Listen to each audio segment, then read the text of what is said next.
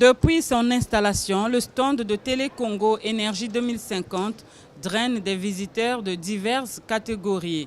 Gens ordinaires, gouvernants, artistes ou autres célébrités, autant que d'innombrables anonymes. Ce lundi, 2 ministres du gouvernement de la République du Congo et un ancien membre du gouvernement, en l'occurrence Anatole Koliné Makosso, ministre de l'enseignement primaire, secondaire et de l'alphabétisation, Arlette Soudan Nono, ministre du tourisme et des loisirs, et Emilienne Raoul, ancienne ministre des Affaires sociales, ont consacré un peu de leur temps au stand de Télécongo et ils ont pu contempler les activités de cet espace d'exposition avant d'encourager les animateurs. Je me réjouis, j'adresse toutes mes félicitations à Télécongo qui est notre vitrine. De toutes les façons, Télécongo est en train de prouver chaque jour qu'elle n'est plus seulement Télécongo, elle est télémondiale.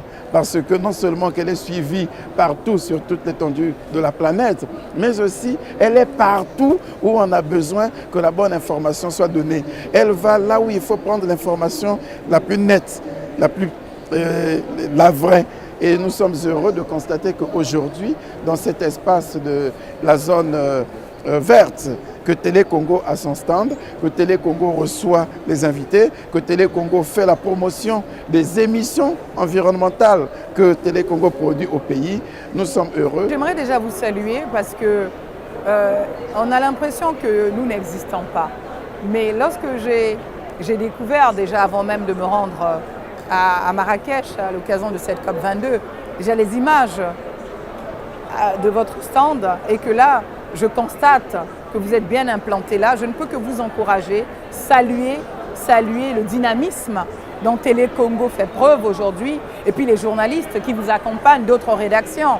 Je vois ici qu'il y a la Nouvelle République qui est ici. Donc je vois qu'aujourd'hui, les réseaux sociaux, le numérique, la communication se modernise et que vous êtes présent à ce grand rendez-vous quand même planétaire. N'oubliez pas que la COP22 implantée en zone sud-sud, en zone Afrique, et que vous soyez de la partie pour médiatiser, ce n'est pas peu, on ne peut que saluer et louer votre participation qui s'entend et qui se voit. A signaler que Télécongo doit ce stand au partenariat de l'ONG Énergie 2050 qui œuvre dans le domaine du développement durable, du climat et de la protection de l'environnement. Alors, notre stand, très clairement, il présente alors non seulement des outils carbone innovants, Éthique Carbone Afrique, qu'on essaie d'ailleurs de mettre en œuvre chez vous au Congo-Brazzaville et aussi avec l'UMOA dans l'autre partie de l'Afrique ou d'une manière générale au niveau mondial. On présente aussi des solutions sur le bâtiment zéro carbone, on présente des solutions de financement innovants sur les énergies renouvelables, on présente aussi le guide des négociations pour les négociateurs climat, on présente une foule de documents et de projets pour essayer aussi de mutualiser les talents.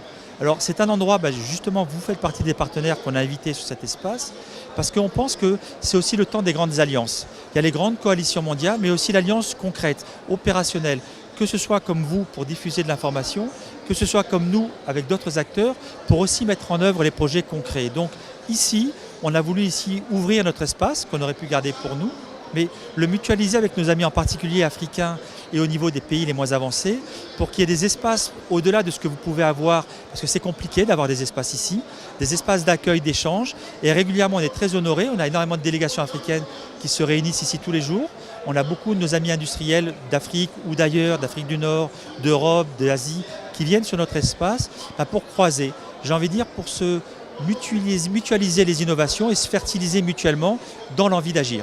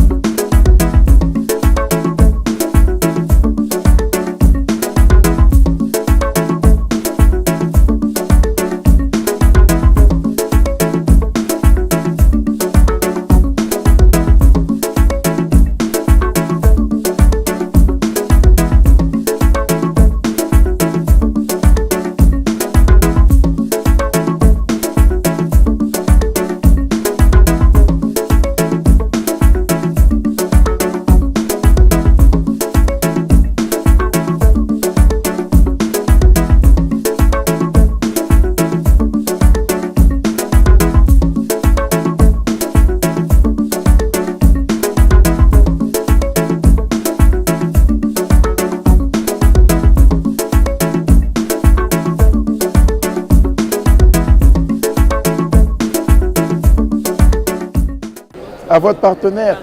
Merci beaucoup. 2050. Merci. Sinon, souhaitez bon vent à Énergie 2050, à ce que leur programme, leur vision, leur projet se réalisent. Et merci d'être toujours avec Télé Congo. Et vous serez les bienvenus au Congo pour développer au Congo les mêmes programmes que vous êtes en train de développer en RDC, j'ai appris, et partout en Afrique.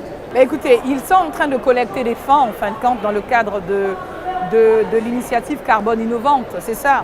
Mais on ne peut qu'accompagner, ils sont dans l'air du temps. Ils sont dans l'air du temps et je pense qu'ils avaient besoin également là d'un outil comme le vôtre pour être attractif, pour être visible. Et on ne peut que les remercier de vous avoir accueillis sur un stand dont ils vous ont cédé la contre une des parties.